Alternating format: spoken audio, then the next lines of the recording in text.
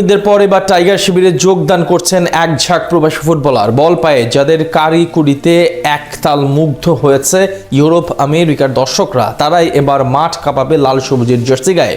দেশের ফুটবলে চলমান নবজাগরণকে বিপ্লবে রূপ দিতে কারা আসছে জাতীয় দলে, সেটার বিস্তারিত রিপোর্ট। দেশের ফুটবলে সাম্প্রতিককালে বইছে পরিবর্তনের হাওয়া। ফলে দীর্ঘদিনের খরা কাটিয়ে বাংলাদেশের ফুটবল ভক্তরা এখন নতুন করে স্বপ্নের জাল বুনতে শুরু করেছেন। আর সেই স্বপ্নের কেন্দ্রবিন্দুতে রয়েছেন তিন তরুণ তুর্কি, ট্রেভর ইসলাম, রোনান সুলিভান এবং তার ভাই ডেকলান সুলিভান। যুক্তরাষ্ট্রের আধুনিক ফুটবলের পাঠশালা থেকে উঠে আসা এই দুই প্রবাসী ফুটবলার লাল সবুজ জার্সি গায়ে জড়াতে চলেছেন খুব শীঘ্রই, যা দেশের ফুটবলের মানচিত্রে এক বৈপ্লবিক পরিবর্তনের ইঙ্গিত দিচ্ছে।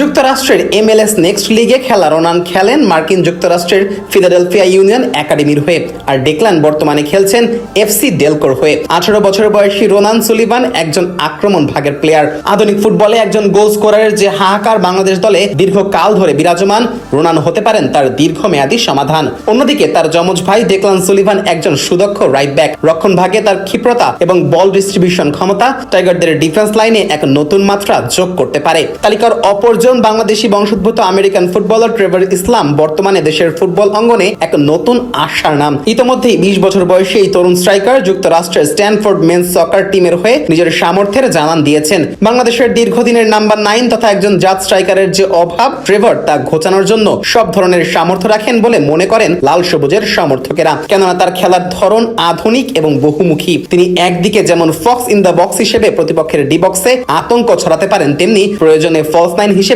নিচে নেমে এসে খেলা গড়ে দিতেও পটু। জায়ান আহমেদের মতো প্রতিভাবানদের সাথে একই লিগে খেলার অভিজ্ঞতা তাকে আন্তর্জাতিক মানের ফুটবলের সাথে ইতোমধ্যেই অভ্যস্ত করেছে। বাফে যদি দ্রুত তাকে জাতীয় দলের রাডারে আনতে পারে, তবে ট্রেভরের গোল করার সহজাত ক্ষমতা এবং শারীরিক সক্ষমতা বাংলাদেশ দলের আক্রমণ ভাগকে এশিয়ান পর্যায়ে আরো বেশি শক্তিশালী ও ধারালো করে তুলবে। প্রবাসী ফুটবলারদের জাতীয় দলে ফেরানোর ক্ষেত্রে অতীতে অনেক আমলাতান্ত্রিক জটিলতা দেখা গেলেও এবারের পরিস্থিতি ভিন্ন। সম্প্রতি সাফ অনূর্ধ্ব 20 চ্যাম্পিয়নশিপে বাংলাদেশ দলে খেলতে রোনান ও ডেকলানের যাবতীয় আনুষ্ঠানিকতা দ্রুততর সময়ের মাঝে সম্পন্ন করেছে বাফুফে। আর এই দ্রুততাই প্রমাণ করে যে বাফুফে এখন প্রবাসে থাকা এই ফুটবল প্রতিভাদের যথাযথ মূল্যায়ন করতে এবং তাদের দ্রুত জাতীয় দলের কাঠামোর আওতায় আনতে কতটা আন্তরিক। আর এই আন্তরিকতা কেবলমাত্র এই তিন ফুটবলারের জন্যই না, বরং বিশ্বজুড়ে ছড়িয়ে থাকা বাংলাদেশি বংশোদ্ভূত অন্য যে কোনো ফুটবলারের জন্য এক ইতিবাচক বার্তা বহন করে।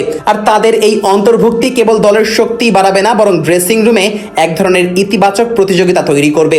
অন্যদিকে ট্রেভর, রোনান ও ডেকলানরা নিজেরাও বাংলাদেশের হয়ে খেলার ব্যাপারে অত্যন্ত ইতিবাচক।